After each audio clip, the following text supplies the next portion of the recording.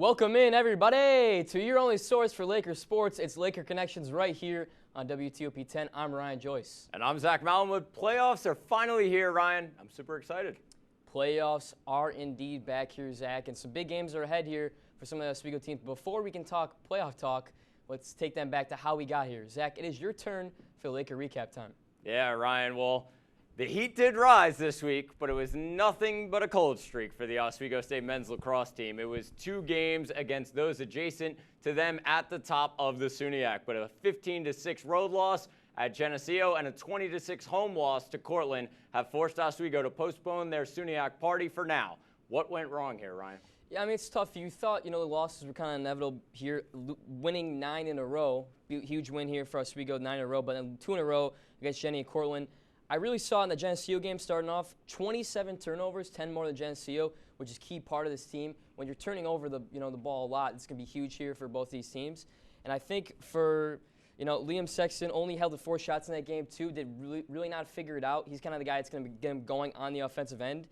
And then the Oswego game. Score the first goal of the game, get off to a really good start. Cortland, the top team there in the SUNYAC, you say, really good start for this team, going to figure it out. 12 unanswered goals after that, Zach. You're not winning many games, 12 unanswered after that. You find yourself down 12-1, and you do not win doing that. And 2 back-to-back games, 27 turnovers. I mentioned that Geneseo game, 22 turnovers versus Cortland. And it's hard to stop guys like Cortland, 14 goals per game as a team. And, they have 3 guys with 3+ goals, Ryan Scanlon, Nick Stocker, and Sam Rotham. If you're not starting their top guys there for the team, you're not going to figure it out here. And Oswego had a rough patch against both teams. Yeah, really a week to forget for Oswego. And the Geneseo game was very poor in the second half. They couldn't stop Jimmy Atkinson, 8 goals on the afternoon. The Cortland game, you mentioned it. It was the exact opposite. The first half was horrendous. I'm sure Andrew Daly got into his guys at halftime, but that cannot happen when this team is heading towards the playoffs. And they're going to have to switch around a couple of big games up here for the Oswego team. The Oswego women's lacrosse team saw the highs and lows this last week. Oswego squared off versus Plattsburgh last Saturday in a huge 18-3 win, but the momentum from that game didn't last very long. As a top dog in the SUNYAC, the Cortland Red Dragons came to the Laker Turf Wednesday and had their way in a 17-4 victory. Zach, what can we take from these 2 games versus Oswego State Lakers team? I think 2 different performances here that you really look at. Sela Wiley was great once again up in Plattsburgh with 6 goals. I think for the Cortland game, it came down to that first quarter. And, I mean, it's 8-0 at the end of the first.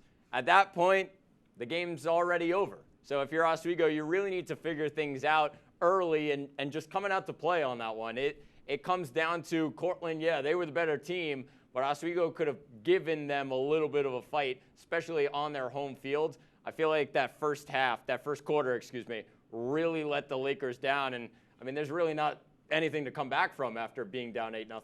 Yeah, it's an interesting team because Oswego tends to do this against kind of lower teams in the SUNYAC. I mean, talk about 2 opposite games. Domination versus Plattsburgh, 22 for 22 on clears. Didn't have an issue getting the ball up the field off of the defensive stops, and 18 forced turnovers in that game. It's really what we've been wanting to see from this Oswego Lakers defense the entire year. But Cortland, totally different team. This Oswego team is much of a really veteran-heavy team. 43% of Cortland's scoring is from the underclassmen on that team. And they outshot Oswego 40-19. So if you're getting more opportunities, you're definitely going to get more shots there. And I didn't really think it was much of a turnover game there for Oswego. It was just more of a defensive clinic for Cortland. And they're going to have to figure it out. Big games coming forward here, kind of in the middle of SUNYAC. This is the team they're going to have to be here if they want to be champions of SUNYAC. Definitely. On to the diamond now as the Oswego State baseball team went 1-1 in series this week. The Lakers grabbed 2 of 3 against Plattsburgh up in North Country, while Cortland got the better of the Lakers, grabbing 2 of 3 down to I-81 in Cortland. Honors even for Oswego here, Ryan. Yeah, good weekend here for Oswego. I know they split it 3-3, but you get a good series from Jake Levine in that Cortland series. 1 home run, 3 RBIs. Jake Daniluk, Jake Sanders, the first 2 games, really good. 2 really good games, 5+ innings for both guys, 4 runs allowed for both of them. And Sanders, 10 strikeouts in that game as well, but they kind of ran into the buzzsaw of Luis Maisel in that 3rd game. 7 innings, no runs, the best pitcher in the SUNYAC there for Cortland. And then Jonas Shearer, 7-6 walk-off win here for Oswego, gave him 6 good innings. Trey McGowan him on the left field, and that let Daniel Winchester tag up and get the win there. But in the Plattsburgh game, you get another guy. This is kind of why this Oswego team is really good this year, because you get a bunch of different players making an impact, which we didn't see too much last year. Johnny Hammer, great series with Plattsburgh, 5 hits, 5 RBIs. And they got off to a bad start in that Plattsburgh game, in the second Plattsburgh game. Nick Cody, 1 inning, 7 earned runs. But Oswego drew 11 walks in that game, found a way to get on base.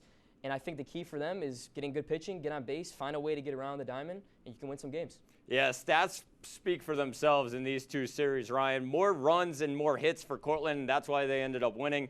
The Cortland game, it came down to, for the Plattsburgh game, you hold them under their team ERA, and that's why the Lakers, in the end, won this series. That was a big key for them.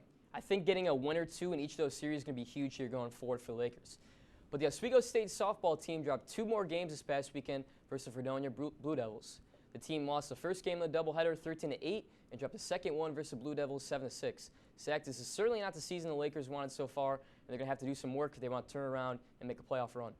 Yeah, again for the Lakers, the problem is inconsistency, and you look at this full screen here. I mean, the Lakers 7 runs per game to 10 runs per game. That's actually good numbers for us. We go 11.5 hits per game to 13.5 hits per game for Fredonia. It's just about keeping it consistent between hitting and pitching in the same game, and that's just been the struggle. The hitting was great in this series. They were great in both games. It's just about the pitching.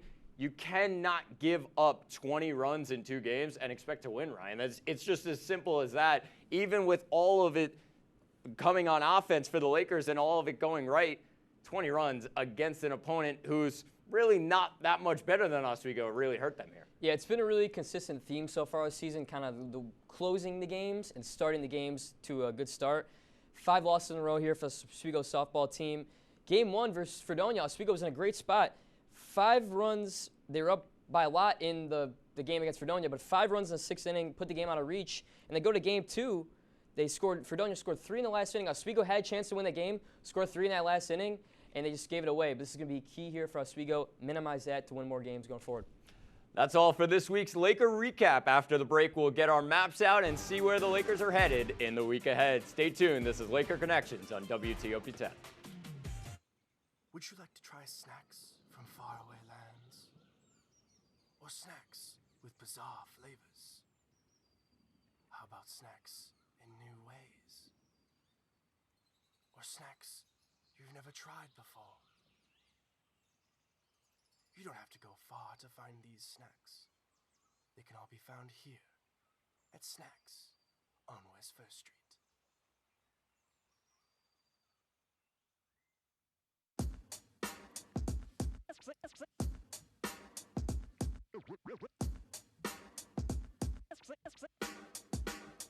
Yeah, we're walking around campus, and what do we see? All these clubs are looking. They're looking for me. There's hockey, There's improv, so much to see. So let's go try them out and see how they be. Come on and please watch. Our embarrassments free. Tune in to Amateurs on WTOP. Happy Friday, Lakers, and another beautiful day here in Oswego, New York. I'm DJ Don Perone, and I'm happy that you're starting your weekend off right listening to WNYO 88.9 FM, the Laker Radio Network. I said, darling, can you see? There's no room for us. There's no room. Now our lives are changing. Promises keep slipping. And I always knew it wasn't you. It wasn't you. Now our lives are changing. Promises keep slipping. And I always knew it wasn't you. It wasn't you. Welcome back to Laker Connections on WTOP 10. Well, Ryan, we talked about the past, but it's playoff time in the future. Take us to the week ahead. Playoff time. Well, the women's lacrosse team will start their playoff run by heading on the road to Brockport to face off versus Golden Eagles this upcoming Saturday at 3. So far this season, the Lakers 0-1 versus Golden Eagles after a 14-10 loss in early April. Zach, this is a test to see what this Lakers team could be made of in a potential postseason run. Yeah, I 100% agree, Ryan. As you look at the two sides here, Oswego coming in at 10-6 on the year. Brockport close by 9-6. and they were both 6-3. It came down to that final game for Oswego where they lost to Cortland, and that pushed them to the 5 seed. So they get a road game in Brockport. The stats favor Oswego here, 31.6, shots per game for the Lakers to 27.3. So the offense is a big thing for the Lakers, but Brockport's defense has been strong. I look at the one meeting against Brockport this season, 14-10 in early April. The difference in that one was a blown lead for the Lakers, 5-goal lead that they blew. And if you're Oswego, you just need to limit those scoring runs for Brockport, And if you do that, you're on to the semis. Yeah, when you get these first-round matchups in playoffs, you're going to get teams that are very similar. And, you look at the graphic here, very similar numbers. And they're pretty similar to the Lakers, too. They have a big three. Tristan Davis, Alana Foose, and Cassie Bernesh. Alana Foose, 45 goals this year, 39 goals for Bernesh, and 36 goals for Tristan Davis. And they had 4 goals, Tristan Davis and Alana Foose, in that first game. They're very similar teams overall. They average more goals per game, but, Brockport's a very good team defensively, and that's going to be key going forward here. Can they stop the Lakers? The men's lacrosse team looks to bounce back in their final regular season game down in Oneonta on Saturday. The Red Dragons sit middle of the pack in the SUNYAC at 500 on the season and are fighting hard to secure one of those playoff spots, Ryan. You got to think here, Zach, this has to be one Oswego wants to get going into that postseason run. They want to get a big win here. Oneonta, a team Oswego has obviously not seen yet here in the regular season. Oneonta, a better scoring team, 22 goals in their last game versus New Paltz, so they can really score it up and be really good as a team scoring-wise. They're led by 2 players, Jamie O'Neill, 38 goals, and Thomas Highness with 37 goals. Next player on the team is 15. So they really have 2 guys that you have to watch out for on the Oswego defense. And Oneonta does allow a lot of goals, 182 allowed this year, second in the SUNYAC. But they are a pretty good home team, 3-1 at home so far this season. So Oswego, they've lost 2 in a row. You got to think this has to be one they have to get, and it'll be huge overall here for the Lakers. Yeah, Oswego, they've won 5 of their last 6 against Oneonta, and obviously you see it there. Oneonta, they allow more shots than they shoot themselves. So I think a big thing for Oswego, though, is just press the reset button defensively. Yep. Obviously, 2 rough games for them. Just bounce back, calm it down on the defensive side. You get a road game against an opponent that you should beat in Oneonta, even though it is on the road. I think they just need to be strong defensively in this one. Something that, like I said, unfortunately they got away from in the last 2 games. And you talked about defensively, 20 for 64 on man-up opportunities there for Oneonta. Very good defending it. Have to play a clean game if you're Oswego. But we're going to go from lacrosse to baseball as Oswego wants to keep up their great season so far and will travel to Fredonia to face off on a 3-game set Friday and Saturday. This will be the Lakers' 13th game on the road in a row, where they are 7-3 as an away team this season. Yeah, I was going to say, they have not been on their home field in a while, Ryan, and obviously another road test here, but what stands out here is the batting average of Oswego versus Fredonia. 316 for the Lakers to 261 for Fredonia, and it's hurt Fredonia in conference definitely that they're just not able to put up as many runs, and I think for the Lakers, you have to take advantage of that batting average. The ERAs are about the same when you can take advantage of. We talk about it every single game this season. If the Lakers' pitching is strong, they don't really have to worry about that too much here. Rely on those bats to put up runs against Fredonia. I think they need to make sure in this stretch, though, they grab 2, if not 3, because this will really boost their SUNYAC chances here. Yeah, 2 out of 3, I kind of agree with that. A team, Oswego 17-12 in the season. They're kind of playing steady to where they're getting wins, but there's a few of those games they've kind of lost, so they should probably have more than 17 wins. Fredonia, not a great team, 3-9 we talked about in conference. They are on a 4-game winning streak, so that'll be interesting. Joe Tobia there for Fredonia will probably be the game 1 starter there for the Blue Devils. 3.86 ERA and 6 starts so far this season. And Christian Bagano balling out like crazy this year. 369 batting average, 6 home runs, 103 at-bats. Going to be a huge watch for the Oswego pitching staff against this Fredonia Blue Devils team. Definitely will. The Oswego State softball team return home on Saturday for a doubleheader against the second-place team in the SUNYAC, SUNY Cortland. With 4 games left, the Lakers are looking to finish strong, and why not spoil Cortland's SUNYAC party on the way to it, Ryan? I think it's a common theme here, Zach. Cortland's pretty good at athletics, I would say. I think so, yeah. Very good softball team, 9-3 in the conference, 19-7 overall. Look at the average here, 344 average. Blows away anybody in that SUNYAC conference. I think the second one in the conference is around 314, 315. Yeah. Blowing these teams away. 4 .14 OPB on base percentage, huge here. 4 players also batting over 400. Shannon Scotto, Gina Myers, Tori Reich, and Haley Wright. And Kim Westernberg, 1.99 ERA. Ace here for this Cortland team. She's probably going to be that game 1 starter, I would say, as well. And Oswego's lost 4 in a row since 2021, so it's one they're going to have to want to get. And for the Lakers, you're 2-10 in conference, not looking so well going in that postseason run, but play spoiler, make it interesting there in the SUNYAC Conference. Yeah, I think it all starts, you said it, holding down that Cortland lineup. 344 average is absolutely ridiculous. Even though the pitching's great too, I think it comes down to Oswego's pitching. 4 more runs in 12 of their last 13 games, Cortland. 8 of those, they've scored 8 or more, Ryan. They're just putting up numbers in bunches for this lineup. This lineup red hot right now. The Lakers really need their pitchers to step up in those games. Not a team you can get off to a bad start with. Definitely. But after the break, we'll bring out Matt Shermita early again and have some more fun. You don't want to miss it. This is Laker Connections on WTOP 10.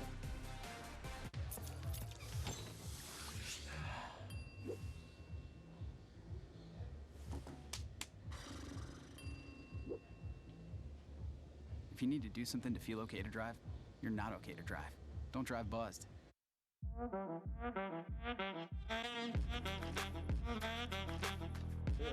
on that black. Look at the bling. Do we got a diamond tester on? Yeah, that's getting bad. Yep. 10 out of 10 recommend on Yelp.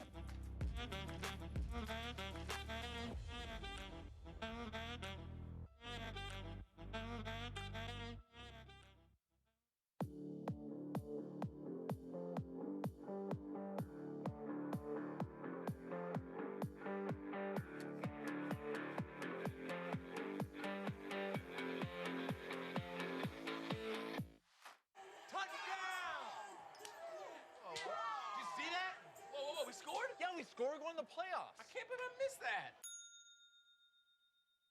Every time I'm buzzed, I spend too much time on my phone. What? I should take your phone away. No. I'll call for a ride. Wait, why does my face look like that? I'm playing with these new face filters. Okay, you know what? Yep, that's mine. Kevin, I need that back. No. Kevin!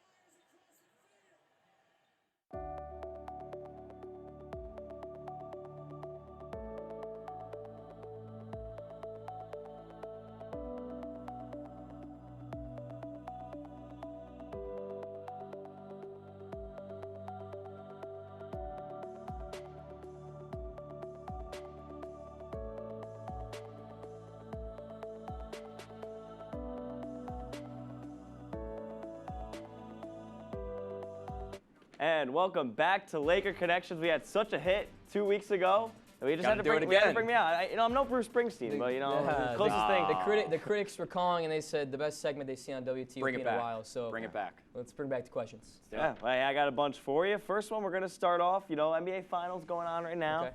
Favorite to win.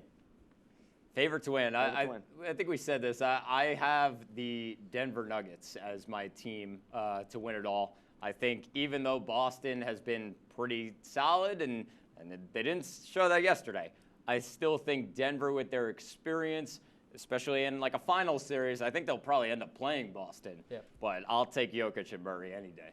Yeah, I'm going to go Boston too as well. I want to say the New York Knicks, but I think Boston, in terms of depth, they have a lot more players than the Knicks. So. I was going to say, that looks like a familiar question. Seems like we did ask that one. Is this the same sheet? Is it? No, it's not. Okay. Oh. We do have. I got a question about the Islanders. I know this might. This might hurt. Come on. This might hurt a little bit. This one was fresh out of the pen. Can the Islanders reverse sweep Carolina after going down 3-0? Can they? Yeah, because anything's possible. Will they? No. Probably not. I love my Islanders really more than a lot of things in the world, but after they lost game 2 like that, it was painful. So. Yeah. Obviously, they lose game 3 at home. They're not winning all 2 games that they would have to play in Carolina.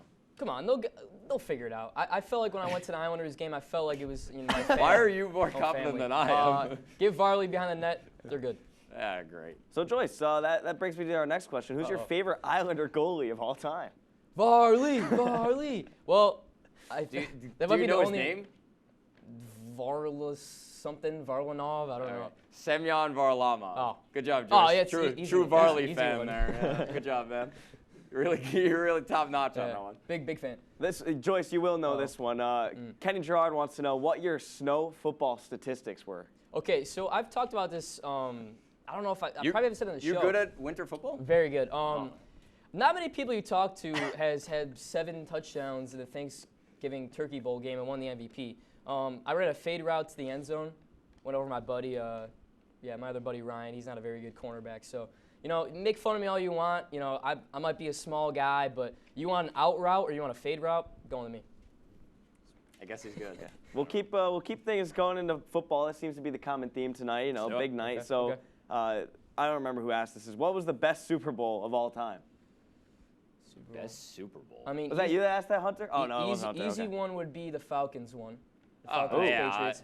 That'd be an easy one. That's a gross team to win it, though. Yeah, I feel like what was another good one? I've had a lot of bad Super Bowl watch parties, so I'm trying to think. I will say, I know some people are not big fans of the Philadelphia Eagles. There's one guy who's a big fan, but the Philly special. Oh, okay, the I will Philly agree with that. special I will to agree beat with the that. Patriots, probably a top moment I will of agree just with that. knocking I like off that. Brady and Belichick. Yeah, that Yeah, we was, heard a yell that was from good. back there. There's when they were another team that beat the Patriots a couple times. That's true. New York Giants. David Tyree, Come on man. now. Yeah. Yeah. We also got a question here. Where does Dan Marino rank all time in the quarterback rankings? Wow. That's a great question. Great question. Joyce, you want it? He's a borderline top 5 guy. I don't know if I can put him top 5. I was going to say, He's borderline maybe top a 5. 6 or 7. He's kind in of that guy. top 10 range. I'm going to ask you this, and I'm going to give you my answer too. Who's your best quarterback of all time? Is it Tom Brady? Yeah, Is that your number one clearly. guy? He's had 7 Super Bowls. There's no. I go there's no from catching him that. and Manning, but it's a dominance from Brady to Manning. I feel like Brady has to take that spot for me personally. So. Yeah, all right. Get one more question. One more in here. All right. This one comes from Patsy. I know she kind of threw a screwball at you last week. Oh, she boy. kept it simple. Favorite non-Laker connections show this semester? Oh, The Last Laker. Heck yeah, brother. Easy. They had a lot of winners in that show too. Somebody on one of the shows on Thursdays at 10:31, right? They won their week. I think they did. I think that was the week they made a terrible Italian sandwich. We did. What's wrong with But the we mayo? won. Everyone likes But we mayo, won. That's man. all that You can't matters. crap on the mayo. That's right. Come on. I'm going to give a shout out to Stick to Sports, Yeah. my show Okay. for a couple of That's years. right. Yeah. Of course, now Ben Diamond, Brian Burrows, Alex Brooks. Yeah. Yeah. Shout And out to Stick to Sports. Stick to Sports, Laker Connections, and The Last Laker all have Senior Week shows coming up in the next 2 weeks. Don't so want to miss it. Don't Oh, want to yeah. miss that, Do and you not will wanna miss not it. want to miss Laker Showdown. That's coming up next on WTOP 10. Don't touch that remote. I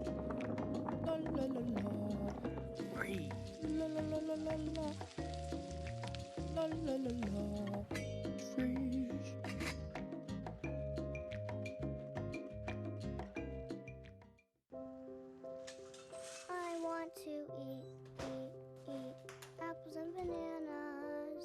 I need to eat apples and bananas.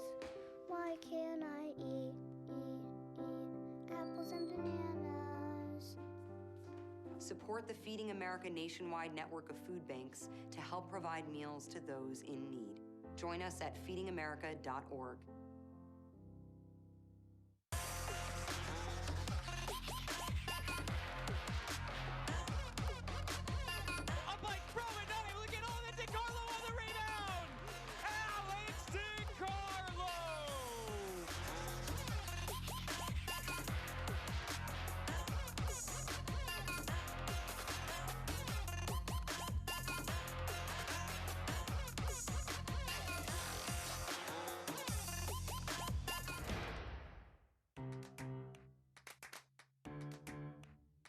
We'll deep dive into our feelings in our Real Talk segment. Stay tuned because it's about to get real.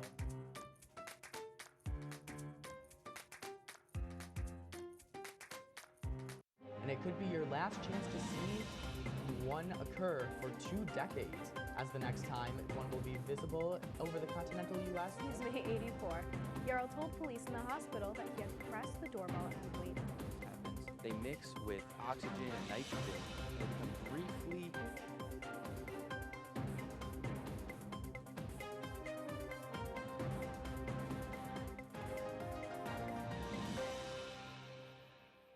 Welcome back to Laker Connections. I'm your moderator, Matt Sharamita, and it is now time for everyone's favorite segment, Laker Showdown. Guys, we ready? Of course we are. There's only a few left. I'm ready to go. Been waiting out 2 with weeks a for this. bang. Go out with a bang. That's right. Now, we had the crew ask some questions, but it's my turn to ask you guys questions. 3 questions. 2 out of 3 is how we play this thing. I think I remember correctly. We're going to get right into it. I don't know how to talk anymore tonight. The Lakers are about just as hot as any team could get, headed into the final conference game of the season, where they would fall 20-6 to the undefeated Portland Red Dragons. With the Lakers falling all the way down from the 3 to the 5 seed, does this loss bring any concerns come playoff time this weekend? Ryan Joyce, take it away. Concerns. I got a few concerns. I would say my one concern is stopping Bella Lembo. Think about this, guys. That last game, Bella Lembo, 0 goals in that huge win for Cortland. Let's go down some of the lists of stuff that happened this season. When she's only scored under 3 goals a season, lost versus Fisher, 2 goals. Lost versus Brockport, 2 goals. Lost versus Cortland, I just talked about, 0 goals. Lost versus Cortland, 1 goal. You could say she starts the offense for this team. I know they have Lembo and Celia Wiley and Julia Quirk and Maddie Davis, and they're very good goal scorers. Julia Quirk had 2 goals in the other game, but she kind of gets the starting for this team. And when the attention on the defensive side is brought to her, we see it here. When she's not scoring, you're not winning games. So it does give me concern. I know Cortland's one of the top teams there in the SUNYAC, the top team in the SUNYAC, but it's definitely a concern for me going forward here in the playoffs. All right, I'm going now. I think when their opponents are dominating them like Cortland did over this past Wednesday, they cannot rely on their defense to keep them in games. It's just over from there. They had 8 unanswered. I mean, that's a bad way to start the game. And I think for the Lakers, if you cannot rely on that defense, yes, Bella Lembo not scoring and other players not scoring, but if they cannot rely on their defense wins championships, Ryan, they can't make a deep playoff run. I mean, yeah, you talk about going into playoffs, and that's probably the biggest concern is the defense. I'm going to go with that one. I like the Lembo pick, but they have other offensive weapons. They got Wiley over there, too, that she's got to turn it up in the playoffs. You know, she's a 5-year player. She's got to turn it up when it matters. But I'm going with the defense here. We're going to move on. For the men's team, a win over Oneonta on Saturday guarantees them a spot in the playoffs. Losers in their last 2 games. What's going to be the best plan of attack coming into this last regular season game and into the playoffs? Zach, will come to you. So I'm going to say their offense, especially without Garrett Elston. I think that's a big thing for the Lakers. Obviously, their offense, it kind of took a hit these last couple of games. That's due to how great their opponents were. And I think when you look at the Lakers, if they don't have that offense, yes, they can rely on defense, but those teams are putting up numbers anyways. You can only hold great offenses so long. The Lakers showed they struggle against those teams that put up those kind of numbers. So without their offense, I don't think the Lakers can really win too much. Going to flip it. I'm going to go defense, especially the goaltending part too as well. Early in the year, when Oswego started off 0-3, it was because Seamus Hand was not playing a very good goaltender, allowing very easy goals very early in the game too as well, I would say. So I think Seamus Hand kind of locking in, was really good on a 9-game win streak, but hasn't figured out recently. And then turning the ball over. They get stops on defense and throw it away right away before they can get to the offensive side. So play defense, give you a goaltender. We said it the last pick. How do I change up? Defense wins championships. Defense wins Let's go with championships. Ryan. How do I change up? 1-1 game. You guys are the official WTOP 10 NFL Draft Insiders. Wow. Tonight, of course, marks the start of the NFL season.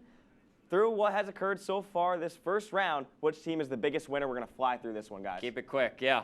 Who's up? Go ahead. Go. I'm going. My New York Jets. They made a trade. They got some picks. And, I mean, the biggest thing coming into the offseason, grabbing offensive lineman Ola Fashanu out of Penn State. I've heard enough. I love Go it. ahead, Joyce. Well, I would hope to say the Niners, but my team's actually good, so I don't draft early anymore. So I'm going to go with the Bears. Caleb Williams, obviously an easy one. You say, oh, number one pick.